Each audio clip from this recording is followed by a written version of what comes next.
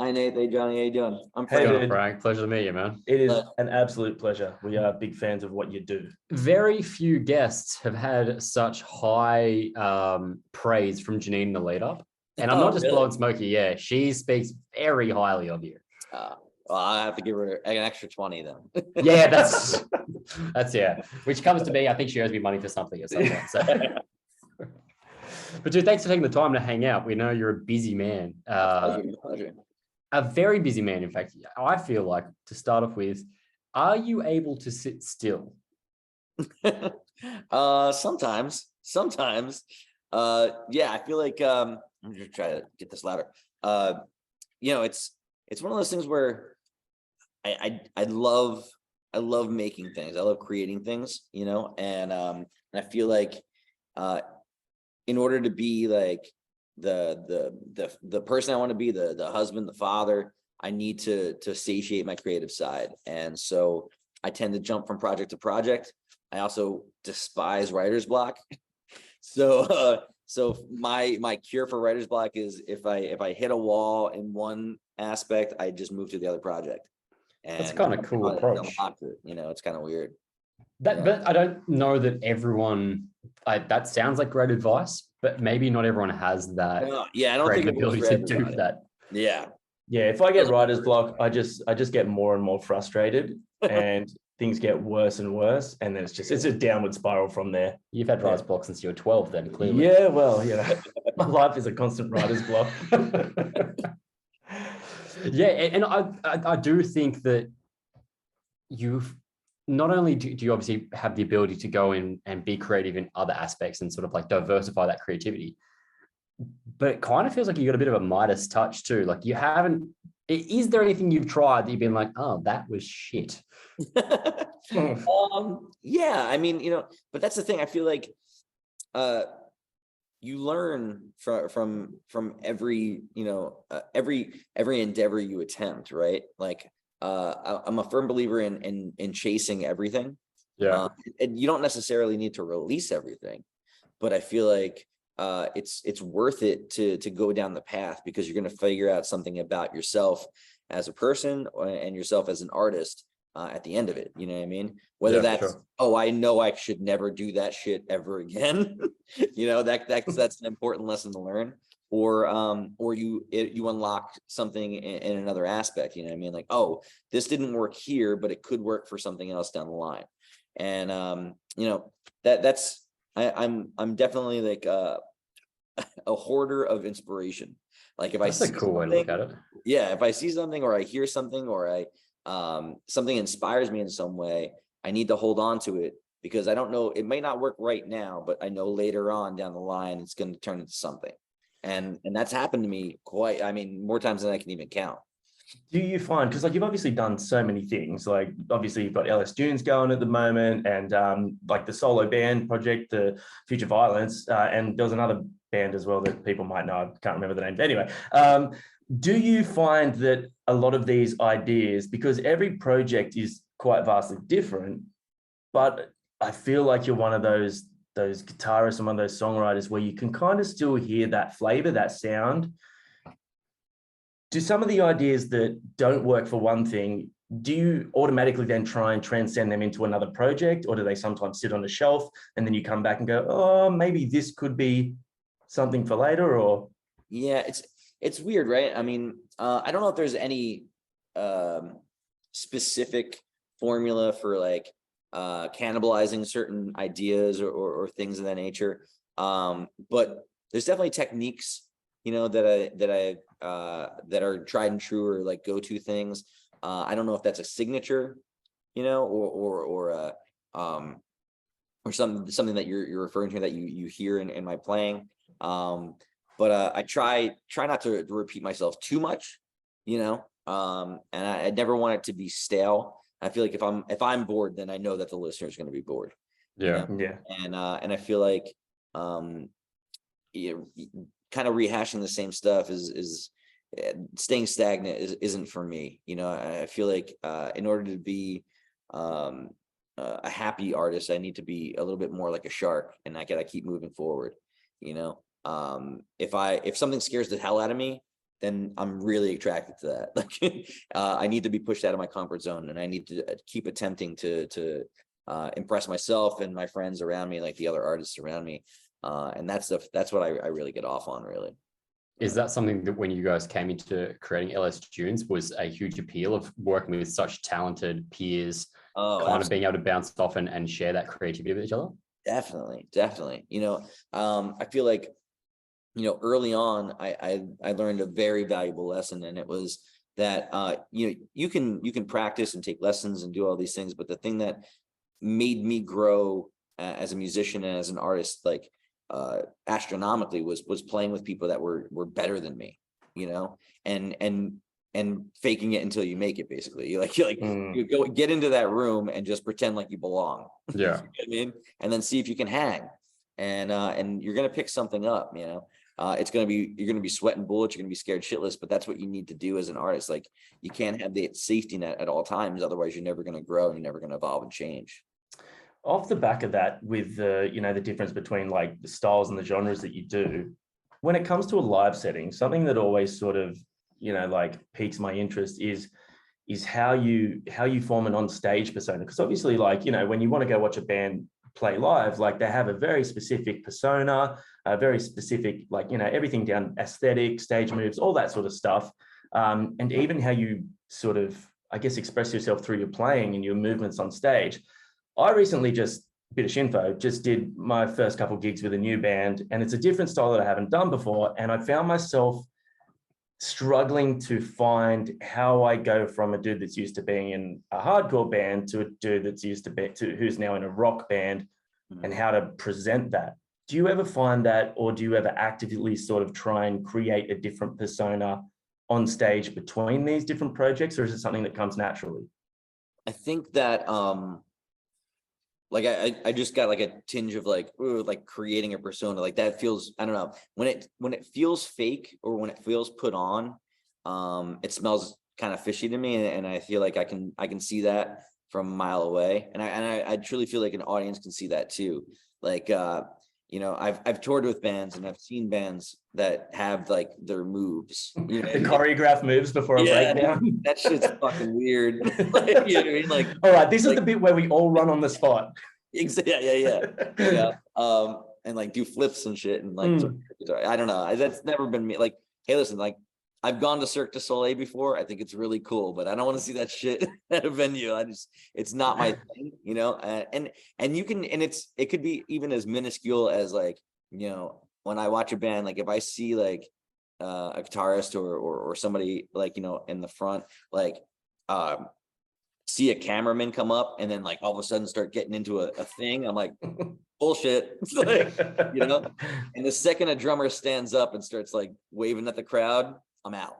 Like it's just, those are my I guess, I don't know, pet peeves, I guess. Pet peeves, yeah. But for me, I don't know, performing has always just been this cathartic experience, it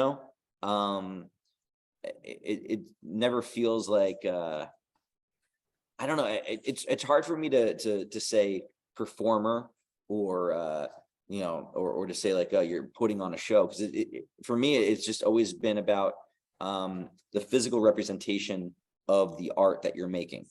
And some nights, we're all human beings, like some nights you feel it, some nights you don't fucking feel it, you know what I mean? And the nights that you don't feel it, like, to start to like put on an act, that would, I feel like, make me feel worse about it. Yeah. But different music makes your body and your psyche act a certain way, you know what I mean? So like, there's a time and a place for acting a fool and losing yourself in it, having your Eminem moment and lose yourself in the moment, right? And then there's some stuff that you just need to vibe in, and I feel like the music and the art will tell you what you need to do. But as far as I don't know, I'm not, I guess, the person to ask about how to, like, translate, because I don't really think that way. That's the best thing though. If you don't think about it, it just happens naturally. Like that is pure expression of art. That's what you want. I think I've always just been a fan of like the reality of things. You know what I mean? I would much rather be bored by someone and have it be real than have it be flashy and put on. Does that make sense? Yeah, 100%. Well, we've had that with reactions. Like people will be like, why didn't you react more to this? Why weren't you going, oh, and it's like, because the fucking song didn't make us do that. Right. Yeah. Like, write a song that makes me go, whoa, and I'll go, whoa. He will, I promise you. I've seen him do it. Gotcha. What about in terms of stage size, arena size? Because obviously you've had different projects that demand different, like you can play full on stadium arenas with My Camera. You can go into like big festival shows with LS Dunes, right down to like smaller club shows with Leathermouth. Does that change for you in terms of just the space to move? Or do you approach like a bigger stage in like, okay, cool, I'm still staying in the one spot here because that's where I want to be? Or is it just something you just feel out on this different space? Yeah, just, I think they all have a place, I enjoy all of them, but it is very different, I think that the hardest job in a band is really being a front man and being like the singer when you're translating from venue to venue. If you're in a smaller venue, you can see the whites of everybody's eyes. I feel like that becomes maybe when the pressure is on. Yeah. And those are the ones where I don't really like to look out. You know what I mean? It's sunglasses at all times. Yeah. But like when it's a bigger venue, I feel like the burden really does fall on the front man or front woman. And you have to kind of emote to the people that are all the way in the back, as well as the people in the front. And that's a difficult job. I think I remember we were touring, and I forget exactly who it was. It might have been, I think it was someone from Def Leppard or something had brought like their kid to see us play. And he said to Gerard, he's like, hey man, like I was all the way up in like section, 203, and you didn't look at me once. And it really like, I think struck a chord with G, and he would tell this story and then be like, it's right. Like you have to really like engage everyone in that venue, and that's not a difficult task to do, because how do you do that and make it feel genuine and make them feel, like you are there for them as well. Yeah. Like that's a very difficult job, I feel like it's when you're in school reading from a speech and you like read up from the speech the whole time. Yeah. Trying to make sure you're doing the eye contact Like thing. everybody, yeah. But then again, like, with what, like you were talking about with stage sizes and things like, and how you approach it, sometimes I feel it can just get real, it can look real awkward, you know what I mean? Like I was watching a video the other day of Guns N' Roses back in the day, and they had the massive stages with the big ramps, and it's just like, they're just literally with their guitars, just running. And I'm just like, no one came here to watch athletics. Just play the fucking show. And they're literally like just Jamiroquai video sprinting like across the stage. I'm just like, you know what? Off the back of that, I went and saw Harry Styles last week, and Harry Styles had exactly that. Has like a big U-shaped thing that runs out in the crowd, and I reckon he did 40 laps of it during your show. That's insane. And it stood out to me, one, because we go to a ton of shows, and you see obviously from like small club hardcore shows to that, but I actually felt like it worked in the setting of everyone got to have what you were saying, their moment with him, because you ran out and you looked at that crowd, and here it was a good way of kind of engaging a bit more. Yeah. Also keeps him really fit. See, here's the thing. That'll do it to you. And I heard that, was it Mick Jagger? Like he runs on like miles on a treadmill before he even gets out on stage. Wow. But here's the thing, like a guy like Harry Styles, right? That motherfucker, he's doing like 15 nights at some of those venues. Yeah. So yeah, like, a lot of these people they want that moment with him, and then they want that. The thing that turns me off to a show like that, even though I think he's a very talented individual and a great performer. My daughters actually just went to go see him and they love the show. Is that in those types of settings, you then kind of fall into a routine 100%. where the show has to be the same thing every night, because you have all of these elements that are happening, you know what I mean? Like there's fire, there's juggling or whatever the fuck is going on. You know what I mean? Like you have to run these ramps and you have to engage and do that every night. Otherwise, you're going to run into a problem or something like that. Yeah, for sure. So for me, that's just never been something that I really enjoyed. We had done that when My Chem used to do, like when we did the Black Parade, when we were Yeah. doing it from front to back, you know what I mean? And it was fun to do, but it did have a sense of not that it got boring, but you fell into this routine of getting really good at one thing. Yeah. And to me, I felt like I was the worst musician I ever was, but the best at like those 10 or 12 songs. You know what I Wow, mean? that's interesting. And Yeah. so I much rather be doing what we do now, where I change the set every night, and everybody's kind of like has to keep on their toes and play these things and kind of like go at a moment's notice and kind of, oh, we're gonna cut this or we're gonna add this tonight and stuff like that. And sometimes it can get scary, especially when you're in front of like, 20, 30,000 people. Like that's holy shit, but like it also gives you a sense of pride and your chest busts out a little bit more when you feel you can pull that shit off. Like, a song that you've maybe never played before, just like a song that you played 10,000 times, in front of all these people. So as a fan as well, I think that's a really cool experience. Like I actually got to see you guys when you first came back in Milton Keynes last year in the UK. I happened to be in the UK at the time, so I went along, and it like the energy was palpable in the crowd of people being like, you just don't know what's coming up, you don't know what to expect. Right. I think that's such a cool thing to be able to give to people on such a big scale. Like as you said, it's not as though you're playing club shows where you have the affordability being like it's 150 people, 200 people. You're playing at 20,000 people. You've got a full like arena full of fans. That's cool to be able to keep them engaged and excited the whole way through, like not knowing what they get. Well, so as much as it's cool for you, it's cool for them too. That's awesome. Yeah. And I think, the difference, say, between like the 20,000 and the 150 is that the 20,000, like you are the show. Yeah. The 150 is like, we're all the show kind of thing. Yeah. I find it to be fun in all different settings. And I feel like that's why I feel really lucky to be able to get to do all of them. So many different things. I'm going to make it hard then. You have one choice here. You have to either choose to do. It's like a marry, fuck, kill thing, is it? Yeah. But it's either just like marry or kill here. You don't get to fuck them. Oh, okay, good. Would you rather play like the big arena style shows or just smaller club shows? Oh, man. I know I'm a bad person.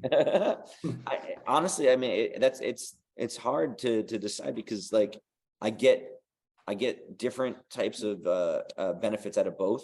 Yeah. And it sounds silly, but the smaller shows are a little bit more stressful for me. Well, yeah, it's something about like, being face to face with that crowd and I feel like you're a bit more under a microscope when you're playing in smaller venues. It's more of a tangible connection. Yeah, and I do enjoy that too, fuck, man, that's why I have so many bands. I'll have to decide. That's the solution. Just keep making new bands. We kind of touched on that when we spoke to Travis in terms of like the caliber of people in LS Dunes. I mean, fuck, man, like let's not, let's call a spade a spade. There's some goddamn big names in that band. And positions, yeah. Absolutely. So I feel like you kind of, in one respect, you're starting from the ground up, but yeah. I guess for some people there can also be like an expectation. And when you're in those smaller rooms and you've got people who are from all these different sort of bands, they're followers from different bands, but they're like, oh, we know this is going to be good. Do you feel any of that pressure on you, especially when you have to translate in those smaller venues? Honestly, I felt like that was for a period of time, right? Like when the band first started, we announced it. We had like maybe like a song or two out, and then we ended up playing at Riot Fest. That I felt like, all right, there's going to be it's going to be like a lot of rubberneckers, right? Like they just want to like, let's see what this is about. Like it's like watching a car crash. You know what I mean? I want to see this all fall apart, or I want to just see, is it good enough? I just want to see these people, Yeah, for sure. But if the songs weren't there, those people wouldn't continue to come. Yeah. So now though, that the record's been out for a while and we're playing more shows and the shows are, getting bigger and selling out and stuff like that. I feel like now the people are actually there to hear the songs, and it's less about, like oh, that guy's from Who's this in the band, band. that guy's Yeah. yeah, they're here to see that shit, you know. Do you So feel any pressure with that to prove that it wasn't just, oh, we're doing this because we can? No, no. Cool. I like that. Yeah, maybe I could have, but you know, I mean, God, I'm 41, like fucking tired of that shit. dude. You young fucking baby face 41-year-olds. Look at you both. No, yeah, but it's like, you know, honestly, it's like I feel like in my younger years, like, you know, I felt like, oh, I have something to prove. Like I have to like, you know, let people know like, yeah, I deserve to be doing this, or I deserve to be up here. And I feel like Yeah.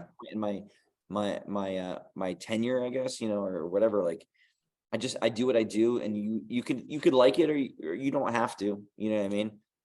But I'm going to continue to do this, and I feel like you know, I've proven all I needed to prove, you know. Yeah, you've definitely earned your stripes. Yeah, and it's not, I mean, granted, it's not about that, you know, because honestly, in this industry, you're only as good as the last thing you put out, you know what I mean? Yeah, 100%. But for me, I've learned that, you know, I'm the one that measures my own success, right? Yeah. So like, if I write a song that I really love, and it gets me excited, like I can ride that high, and I can, if I want to listen to that song over and over again, that's a success for me. You know what I mean? If I put out a record and I think it's good, that's all I can ask for. Like, I don't care if it sells. I don't care if, you know, like 4 people show up to a venue. I don't care if 100 people show. It's awesome if more people like it. That's really, really nice. Like, but ultimately, like I can't measure my worth off of other people's opinions, because it's fleeting, you know. Where do you stand on listening to your own music? Oh, I think that I think if you go to someone's house and they put their record on, that's fucking weird. You know what I mean? You're gonna love this. It's the best band.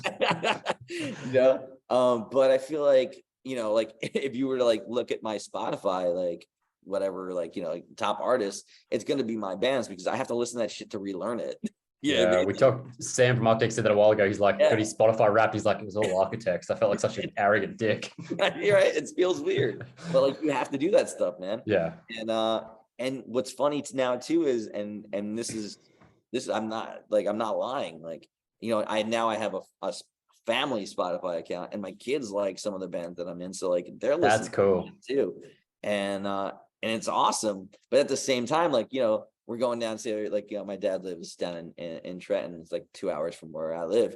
We're driving down there, and Miles is like, yo, I want to control the radio, and it's Maiden and MyChem, and like it's like, all right, that's awesome. But if we pull up to a stoplight and somebody's like looks over, we're listening to like, just jamming out. Dude, especially with like TikTok and Instagram now, they're like, this motherfucker's listening to his own shit, making his kids listen to his own shit. exactly. No, exactly. Yeah.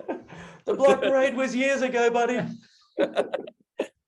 I remember you say, I'd be stoked if I pulled up and I saw someone in a band that was listening to our stuff and their kids were jamming in the background. I reckon that would be actually sick. Dude, I'd be pumped. I love it, but at the same time, I have to kind of like just Yeah. Man, I mean, come on, like if you were Bruce Dickinson, like as if, and you wrote fucking, I don't know, like Number of the Beast, like as if you wouldn't fucking listen to it. You're like, yeah, I wrote that. Yeah, That that's was it. sick. That's iconic. Yeah. Talk to us about you. That's it. You keep starting new projects. A dream artist that you would like to collaborate with. oh geez, fuck. Well, there's a couple that I would like to do, and they're friends of mine. There's this project that I really want to do with Kaylee Goldsworthy. We've been talking about it for a while. It's just about the timing. Same thing with Derek Zanetti, who does Homeless Gospel Choir. There's songs that I want to write with him. It's about finding the time to do it. Yeah. I just, you know, it's funny, man. Like I like working with people that I love as human beings, and people that impress me, you know, with their songwriting ability and musicianship. So like, you know, of course, like, you know, would I like to do a song with Nick Cave? Fuck yeah, call me up. Like, yeah, let's do it. But like, you know, I very rarely say no, and you know, to things that sound fun. I find the time later on. Yeah, cool. I like that. It's awesome. I actually, you know, and the pandemic was one of those things where like those types of things just kept coming up. You know, I would get weird emails or phone calls to like, hey, do you want to do a song with Joe Bob Briggs? Fuck yes, I do. Yes. Sick. And so like, you know, like shit like that, man, like it's just fun. I It like must be that. quite humbling to have so many people, like, you know, even at this point, to still reach out and want to sort of work with you as well, though. Oh, it's amazing. You know, I feel like that, you know, that's when you get scared, is when the phone stops ringing, you know? It Yeah. hasn't stopped yet. I don't see it stopping anytime soon, so you don't need to worry about that just yet. We'll let you go because we don't want to hold you up too much longer. But we do have one final question. It's a would you rather. It's- Johnny's going to ask this one because it's- he Yeah, wants to look, make you uncomfortable. it's pretty Okay. important. It's pretty important, and this is going to sort of decide whether we continue to listen to your music or not. All right, you're going on stage. All right. You can pick show the size of the stage. You can Yeah. choose whatever. You can do small club, big arena, whatever you want. But either way, it's the most important show of your life. Okay. Oh, okay. You have to either start the set, go on stage in ice cold wet underwear or ice cold wet socks. What do you choose and why? Oh, well, here's the thing. I've done both because, as you guys know, like in touring, like your shit doesn't always dry from the night before. You That's know what I true. mean? I gotta go underwear. You got a fan. Yeah, I don't like you as much anymore. I'm so sorry. I'm It's team weird, socks man. all the way. Yo, I'll tell you a thing too. Like, it's silly, but like, so I was in an accident a couple of years ago here, and I hurt my foot really bad. So I get like a weird cramp in the arch of my foot, and I think the cold socks would fucking totally ruin it for me. Yeah, Foot true. cramps are a bad thing as well. Yeah. Yeah, you know what? I'll allow you're the only one I'm going to give that answer to because you have a medical excuse. He's very Yeah, militant That's about fine. it. Yeah. That's what. Dude, A it's lot been of thought goes into my pleasure. answers for this shit. I like that, You know, yeah. like, We're very serious people. We only ask the serious questions. Dude, thank you for taking the time to hang out. We're so stoked to one, have you back in the country playing. And just honestly keep creating because you entertain us endlessly and we appreciate that. So thank you. well, I'm flattered. Yeah. Thank you so much, man. I appreciate that. You've absolutely written some of our favorite songs, and yeah, it's been an absolute pleasure to have you on here chatting. Pleasure's mine, man. Thank you so much. Thanks so Frank. much, dude. See you later. Peace.